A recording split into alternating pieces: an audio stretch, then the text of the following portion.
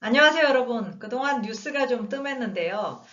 제가 요즘 새로운 편집 툴을 시도해보고 있는데 생각처럼 잘 되지가 않아서 영상을 못 올렸습니다. 그래도 11월 하순쯤부터는 이 정든 파워포인트를 떠나서 새로운 편집 툴로 바꿔 타려고 합니다. 제가 영상을 안 올린 한 주간 미국 경제에서 중요한 몇 가지 단서가 표면화됐죠. 첫 번째는 인플레 하락, 두 번째는 주가 반등, 그리고 세 번째는 뭐 아직 최종 결론은 안 났지만 미국 중간 선거로 인한 경제 판도의 변화입니다. 하나씩 간략히 짚어보도록 하겠습니다. 예, 먼저 인플레부터 보면요. 지난 목요일에 10월 CPI 소비자 물가 지수 발표됐는데 7.7%로 나왔습니다. 그러니까 10월 물가가 전년 동월 대비 7.7% 올랐다는 거죠. 미국 CPI 정점은 6월에 9.1%였습니다. 그것보다는 많이 낮은 수치고요. 전월에 8.2%보다도 상당폭 하락했고 또 시장 예상치도 하회했습니다. 그러니까 다들 환호성을 질렀죠. 드디어 물가가 제압된 건가? 분명히 이 하향 트렌드 보여주고 있습니다. 선물 트레이더들의 이 2023년 말 금리 예상치도 크게 낮춰졌고요. 더 높은 금리가 더 오래 지속될 거라는 이 최근의 이 불안감도 많이 후퇴했습니다. 예, 인플레를 좀 더 세밀하게 들여다보면요. 10월에 근원 CPI, 식품과 에너지를 제외한 CPI가 6.3%로 나와서 전달의 6.6%보다 한 0.3%포인트 정도 하락했습니다.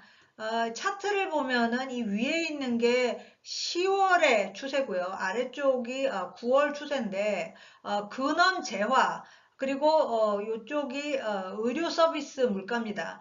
요 두 개가 9월에 비해서 9월에는 이 전달 대비, 그러니까 8월 대비 전혀 이 근원재와 물가가 변화가 없었는데 10월에는 하락한 모습 보여지고요. 의료 서비스도 상당폭 하락했습니다. 이 두 가지가 하락하고 있다라는 거 보여지고 그 다음에 요 밑에 있는 게 교통비입니다. 교통비는 오르고 있지만 9월의 이 상승폭보다는 많이 완만해졌습니다.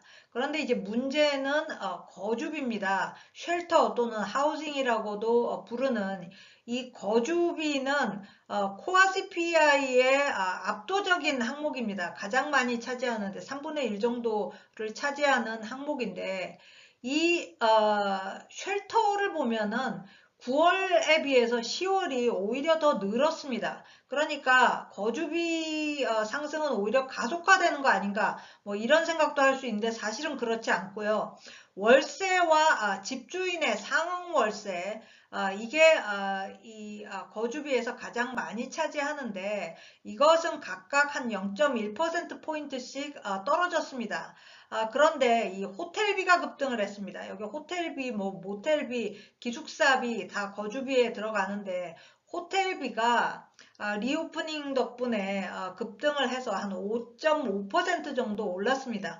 이 때문에 이 쉘터가 10월에 오른 것으로 나타났고요. 그래서 큰 그림의 변화는 없다. 이렇게 보는 게 맞을 것 같습니다. 너무 환호할 만한 일은 아니라는 거죠. 인플레가 정점을 통과했다라는 것은 우리가 이미 알고 있습니다. 그리고 거주비가 하락해야 근원 CPI가 하락하는데 거주비가 하락하는 것 같기는 합니다. 그런데 굉장히 천천히 하락하고 있습니다. 0.1%포인트 정도씩 하락하고 있다. 왜냐하면은 거주비는 전부 월세나 이 상호 월세로 계산이 되는데 월세 계약이 1년이기 때문에 1년간은 변화가 없죠. 그래서 굉장히 천천히 하락하고 있는 모습 보이고 있습니다. 예, 결국은 무슨 얘기냐? 인플레가 더 뛰지 않은 것은 다행 중에 다행이죠. 미국 경제에게뿐만 아니라 세계 경제한테 다행입니다. 인플레 하락 속도가 좀 더 빨라질 거고 또 연준의 금리 인상 속도도 지금보다는 좀 더 완만해지지 않겠느냐라고 좀 생각을 해봅니다. 하지만 인플레가 여전히 높은 거 사실이죠. 그리고 연준은 계속해서 금리 인상을 할 겁니다. 경기 침체 가능성도 여전히 매우 높습니다. 달라진 게 많지 않다라는 얘기죠. 예, 이번에는 주식 시장을 보겠습니다. 이렇게 충분히 예견할 수 있었던 CPI가 나왔는데도 증시가 대반등을 했단 말이죠. 10월 CPI 나온 목요일에 뉴욕 증시 3대 지수가 다 대폭 상승했습니다. 그리고 그 다음 날도 이 상승세 이어갔죠. 특히 나스닥의 상승세가 엄청났습니다. 자, 그렇다면 우리가 질문을 할 수 있는 것이 과연 미국 증시가 이 상승세를 이어갈 것이냐 하는 거죠. 10월 13일 여러분 기억하실지 모르겠는데 오전에 크게 하락을 했다가 그 이후에 상승 반전을 해서 이날 2020년 3월 이래 최대의 장중 상승폭을 기록했는데요. 이 하루 만에 이만큼 상승했다라는 것은 보통 어떤 의미가 있냐면은 자, 하락했는데 이제 보니까 이게 바닥인 것 같다. 더 이상 하락하지는 않을 것 같다라는 인식이 확산이 돼 버린 거죠. 이 인식이 굉장히 전파가 돼서 그 다음에 주가가 상승을 하기 시작한 겁니다. 이렇게 되면 보통은 주가가 하락하더라도 큰 하락은 없다라고 보는 게 월스트리트저널의 분석입니다. 그래서 앞으로 미국 증시 상승세 유지될지는 모르겠지만 아마 지난 10월 중순과 같은 이때와 같은 큰 하락은 없을 것이다. 이렇게 많이 보고 있는 것 같고요. 그런데 문제는 연준의 기준금리가 최소 4.5%대 유지가 될 겁니다. 이거는 뭐 거의 확실하죠. 그런데 기준금리 4.5%대에서 주식시장이 상승한다. 이거는 쉽지 않을 것 같고요. 특히 이 주식시장이 지금 단기 실적 중심으로 많이 올마가 있습니다. 성장주에 대한 관심이 많이 줄었죠. 빅테크 중에서도 이 단기 실적이 좋은 마이크로소프트나 뭐 애플 같은 회사들의 주가는 오를 것 같지만 그렇지 않을 주식들이 지금 많이 속가내지고 있는 거 아니냐. 지금 이렇게 생각되기 때문에 주식시장이 상승할 거다라고 막연히 판단하기는 굉장히 어려울 것 같습니다. 예, 예를 들어 보겠습니다. 10월 소비자 물가지수 발표되고 주가가 가장 크게 반등한 회사들 중에 메타와 아마존이 있습니다.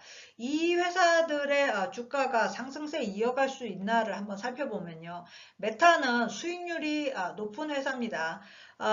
이 순마진율이 한 36% 됐는데 올 들어서 이게 24%로 급락을 했습니다. 원인은 매출은 정체돼 있는데 그러니까 성장은 일어나고 있지 않은데 이 R&D 투자가 작년에 비해서 올해 100억 달러 증가했습니다. 거기에다가 자본 지출도 역시 100억 달러 증가했습니다. 자, 이런 상황에서 지금 메타가 인력 감원을 하고 있죠. 한 13% 줄여서 빅테크 중에서는 가장 크게 감원을 하고 있는데 이 인건비는 코스트 오브 세일즈입니다. 이 매출 원가에 들어가죠. 이 매출 원가가 그렇게 많이 차지하고 있는 부분은 아닌데 그런 상황에서 이 R&D와 이 자본 지출은 더 늘리겠다라고 막 주커버그 얘기하고 있습니다. 그렇게 되면은 사실 이 수익률을 올리기가 굉장히 어려워지겠고 또 메타버스에 의미 있는 변화가 없으면은 성장은 계속 정체 상태로 있을 겁니다. 예, 아마존의 경우는 퍼의 적정성이 핵심 문제죠.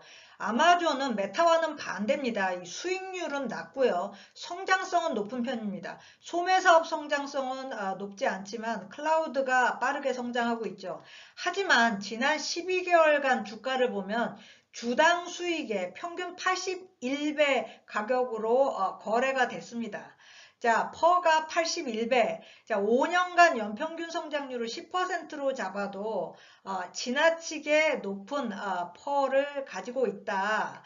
현재 아마존의 마진은 2%대로 하락을 해 있습니다. 2.2% 되는데 수익률 5%대를 과연 회복할 수 있을까? 이 얘기가 많이 나오면서 어제 오늘 비용 절감을 하겠다. 라는 뉴스가 나왔습니다. 그러면서 주가 급등을 더 부추겼는데 비용 절감으로 수익률을 회복하는 것도 중요하지만 더 큰 문제는 퍼 자체가 너무 과도하게 잡혀 있다. 그래서 주가가 상승하기는 어려울 것 같다라는 판단이 듭니다. 마지막으로 중간선거의 결과가 의미하는 바를 간략히 짚어보면요. 중간선거 최종 결과가 아직 나오지 않았지만 일단 하원은 공화당이 다수를 점할 전망입니다. 그런데 다수가 된다 하더라도 10석 미만의 아주 약한 우세가 되겠죠. 이렇게 되면 기대했던 이 견제와 균형의 역할을 충분히 발휘할 수는 없을 것 같습니다. 좀 제한적일 가능성이 많죠. 그래서 민주당의 적자 예상과 우크라이나에 대한 대폭 지원 계속될 것 같고요. 내년에 미국 경제가 경기 침체로 진입하면 정부 지원이 또 확대될 것 같습니다. 자, 이렇게 되면은 이게 인플레에 도움을 안 주겠죠. 높은 인플레 당분간 유지될 것 같고 또 이 반도체법을 중심으로 하는 국가주도 경제 계속 진행이 될 것 같습니다. 반도체법 신속히 진척이 되면은 한국 경제에도 직간접적인 영향을 주게 되겠죠. 자, 오늘 세계경제 스캔 여기까지고요. 저는 또 곧바로 찾아오도록 하겠습니다. 고맙습니다.